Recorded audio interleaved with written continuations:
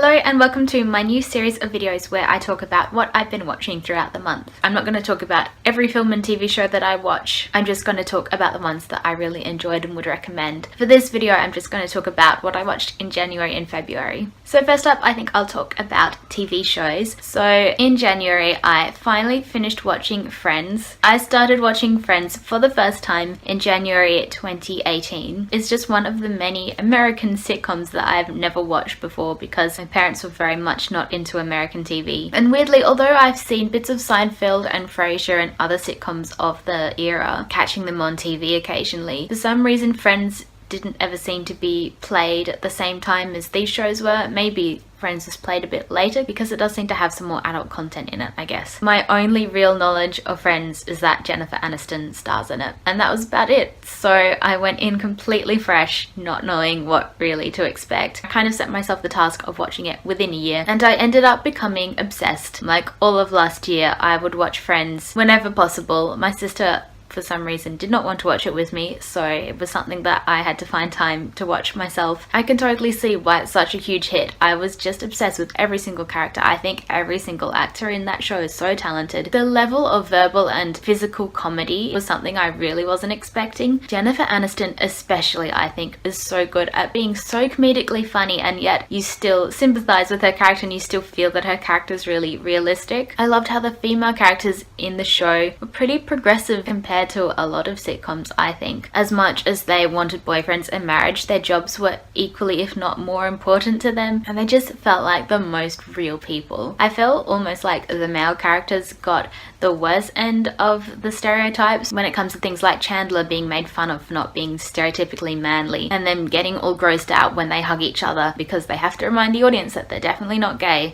Like, things like that were really gross and weird and definitely stand out as being a product of their era. It was kind of fascinating to watch all 10 series in a relatively short amount of time because you can really see the progression of the characters and the show, and also their clothes. I loved the clothes that the girls wore at the beginning of the show in like 1994, and they just progressively got worse the more into the 2000s it got. I did really enjoy the fact that the show's themes really changed with the age of the characters. I think they're meant to be around 25 at the beginning of the show, and then obviously 35 by the end of it, and you can really see that progression of them worrying about their first jobs and getting into their careers, and just generally dating, to like marriage and children and being established in their careers by the end of the show. I know everyone makes a fuss about Ross and Rachel. I found that aspect of the show the most boring part of the show, and also they're not together as much as like the sort of fuss around their characters made it out to be. Monica and Chandler's relationship gets so much more screen time and is such a better relationship as well. I'm really glad that I actually didn't watch Friends before and that this is the first time I watched it, because being 25 now, their problems and all the things that happen to them are just so much more interesting to me than they would have been. Also in January, I watched Sex Education on Netflix. This is a British teen drama which stars Asa Butterfield, who everyone will know as the child actor from The Boy in the Striped Pajamas.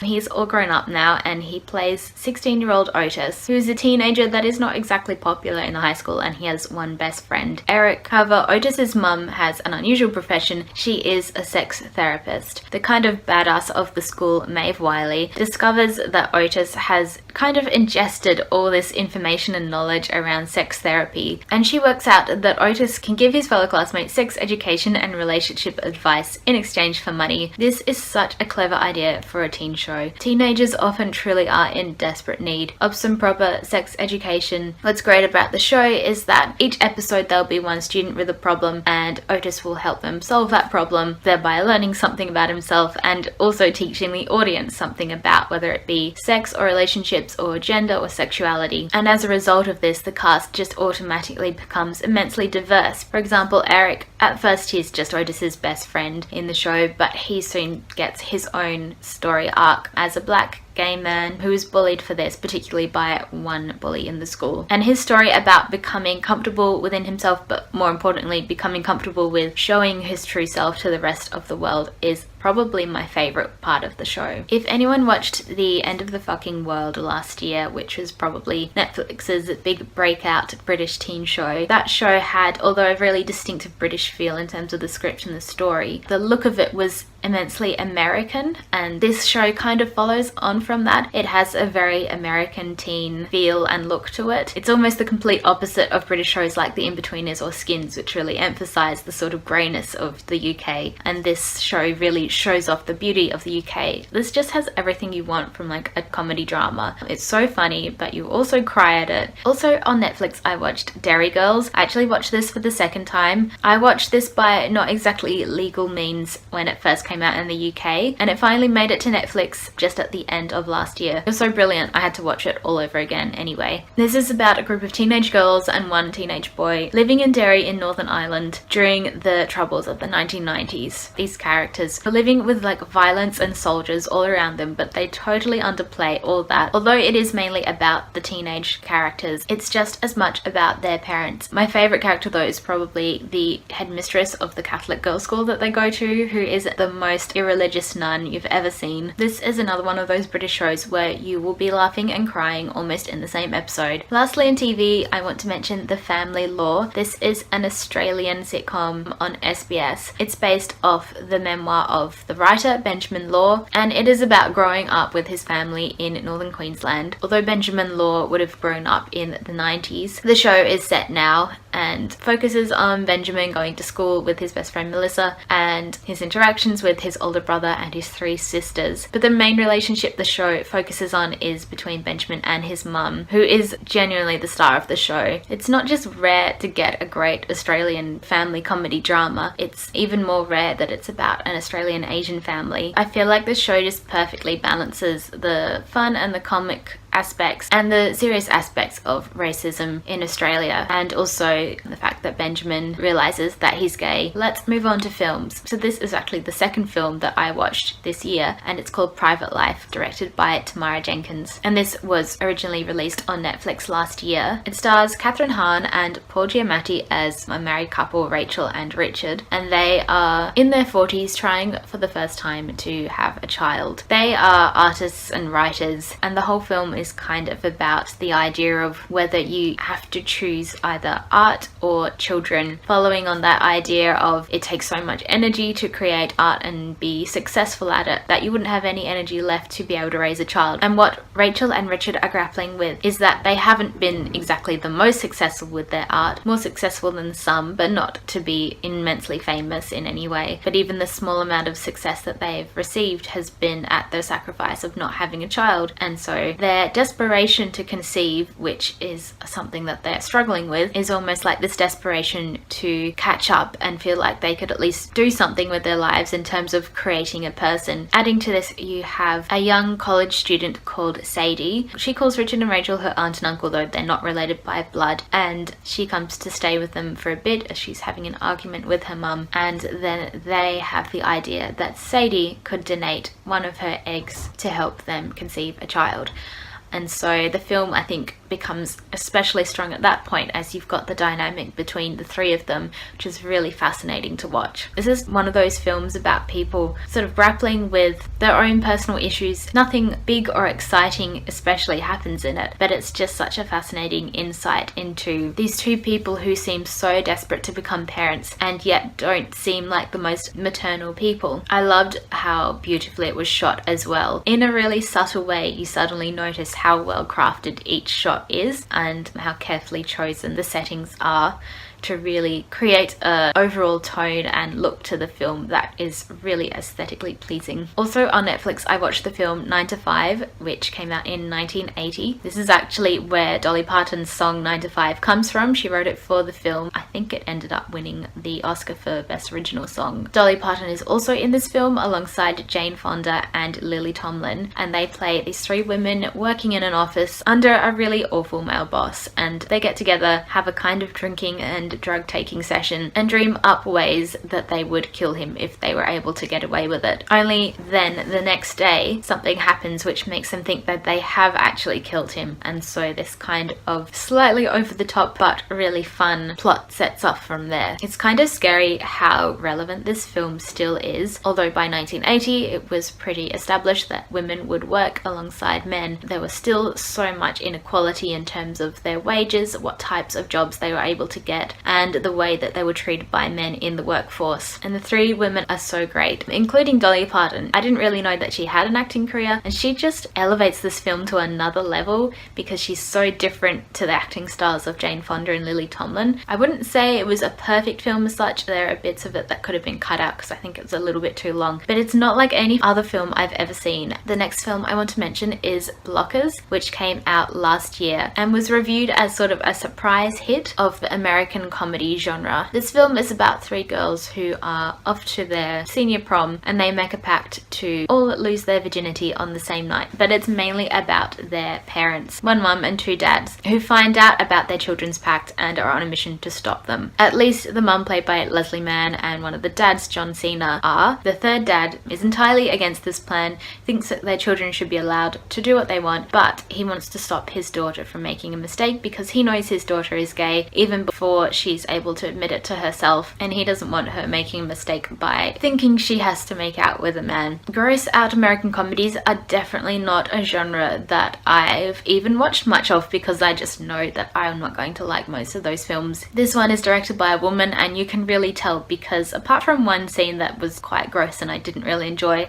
this is just genuinely a clever, funny comedy that has really insightful ideas about the pressures for teenage girls on being sexually active and this idea of losing your virginity before college, and is also completely sympathetic to parents who, although they're in the wrong in trying to prevent their children from doing something that is perfectly within their right to do considering the age that they are, but it is understanding towards parents that it is hard to see your children growing up and having experiences that they probably won't share with you. And it's just a really fun film, and I even cried at the end, so I consider that a successful film. Next I want to mention But I'm a Cheerleader, which came out in 1999 and stars a bunch of actors who are still famous like Natasha Lyonne, Clea Duvall and Melanie Lynskey. I've now seen 3 films about gay conversion camps in as many months, and I think this is by far the superior one. The other 2, Boy Erased and The Miseducation of Cameron Post, I think are both good films, and I feel like this film, But I'm a Cheerleader, gets the same points across in terms of gay conversion therapy is obviously bad, but because of the comedic aspects to the film and the sort of heightened reality, I think it more easily gets its point across. So the film stars Natasha Lyonne as Megan, who is a cheerleader, as the title would suggest. An intervention is staged for her by her family and friends who believe that she is gay, and so they send her off to this camp. She herself doesn't think she's gay at all and doesn't understand why she's being sent there. I think the film very cleverly uses a lot of stereotypes to get its point across. Although a lot of these stereotypes are played for laughs, I think it is angled in a way that you are laughing with the characters, not at them, and it uses a certain heightened reality in terms of the costumes and the set design to really highlight how ridiculous these stereotypes are and how unrealistic they are. The film almost becomes less stylized as it goes along, as the character Megan slowly realizes that she is in fact gay and that she is in love with one of the other girls at the camp, and as their relationship becomes stronger, the film becomes more of just a genuine romance between the two of them. And to me, the film is sort of saying what is over the top and what is unrealistic is the woman who runs the camp. Her ideas of what femininity is and masculinity is, those are the things that are over the top, whereas the genuine love between these 2 women, that is the thing that is real and genuine, and that is shown through the cinematography. I want to mention the film Happy as Lazzaro. This is a film I got to watch for work. I reviewed it for the Perth Film Festival. I'd heard of this film because I know it's on Netflix in some other countries. This is another female director, Alice Rawatcher. I think she's quite renowned in Italy, and I think half the reason I did enjoy this film was because it is Italian and they speak Italian in the film, and I am learning Italian on Duolingo, so I kind of use it as a bit of a Duolingo lesson. It was kind of fascinating to be able to compare the English subtitles with what the characters were saying and sort of pick up on some of the nuances of the Italian language that you don't really get when you're just learning it on an app. This film has a bit of magical realism in it, so it starts off in what looks like a country farming village, and it's hard to tell when it's set. It feels like it's set quite a long time ago, and the main character Lazzaro is this young man who is incredibly guileless. He does whatever he's told because he is so sort of naive that he doesn't think not to do what he's told in a way. Something happens where time skips ahead to about 20 years, and then that second half of the film is set in an Italian city, and the tone of it completely changes from like summer to winter. Even the colouring of the film is kind of different different, and some of the characters that we got to know in the first half of the film are living in the city as adults. I just really love the whole vibe of the film, the way it's shot, and the actual framing of the film is like an old picture with curved edges around the frame, and it just has this amazing timeless quality to it. It's definitely a weird one, but if you're in the mood for something weird, I would definitely recommend checking this one out. So the first film I enjoyed that was technically actually released this year was Fighting with My Family, which is another film I reviewed for work. This is written by Stephen Merchant, who you might know as having been Ricky Gervais's writing partner for The Office and Extras. In this, he's going out on his own as a writer and director, and I honestly think he should have done this a long time ago, because this was just the most enjoyable, wholesome family British film. This is based on a true story and also based on a documentary of the same name about a girl from Norwich called Paige who became a really famous WWE fighter. And so the film sort of chronicles her journey from fighting in her parents' gym in Norwich to flying to Florida to train, but it's also about her relationship with her older brother, Zach, who is the one who really dreamt of being a wrestler, and he has to deal with the fact that he is not as talented as his sister. And his storyline is really interesting in terms of how do you deal with not being successful at the one thing that you dreamt of your whole life. This film uses Dwayne "The Rock" Johnson in its advertising a lot. He is only in it in a very small amount of the film, which I kind of expected. The star of the shows are Florence Pugh and Jack Lowden, who play the siblings, and they are incredible. And Nick Frost and Lena Headey play their parents, who are also amazing. And even Vince Vaughn, who plays an American trainer in this, he is also really funny, which was a surprise to me. There are definitely some inconsistencies in the plot, and it's kind of weird when I found out that it was decided that a film would be made about Paige before she even got into the WWE. So they decided to write this story before the actual ending had happened, but it's still a really fun time. Lastly, I want to mention Isn't It Romantic, which is a film starring Rebel Wilson and is on Netflix. I was quite surprised when this was announced that this film would be released exclusively on Netflix and wouldn't go into cinemas in Australia, considering Rebel Wilson is Australian, Liam Hemsworth is Australian, and he's in it as well, and they both get to use their own accents. I would have thought this was a sure thing for making money at the box office in Australia. I guess no film distribution company wanted to test that. I've heard a lot of people panning this film. I thought it was genuinely fun and had some interesting things to say about rom-coms. So basically Rebel Wilson plays an architect who hates rom-coms because she believes they give women false ideas of what their life will be like, and then she gets a bump on the head, which is a plot point that seems to be used quite a lot recently, but she gets magically transported to a romantic comedy land where everything is beautiful and everyone is nice to her, and men like Liam Hemsworth magically fall in love with her. I think part of the reason I really enjoyed this is Rebel Wilson. I don't think she's always consistently funny in her performances, but I thought she was really brilliant in this. She balanced really well the dramatic and the comedic aspects, and she's just so relatable. Maybe because she is using her own accent, she's being very Australian. I felt like a lot of the humour was really Australian and quite sarcastic. It's just so rare to see a normal Australian woman on film or TV. The message of the film is a pretty basic one, that falling in love with yourself is more important than falling in love with other people. Although I feel like that's a message that is everywhere at the moment. It probably could be in some more films still. So that is everything I recommend that I watched in January and February. If you've watched any great TV shows or films, let me know in the comments below. I hope you have a great day and I will see you soon.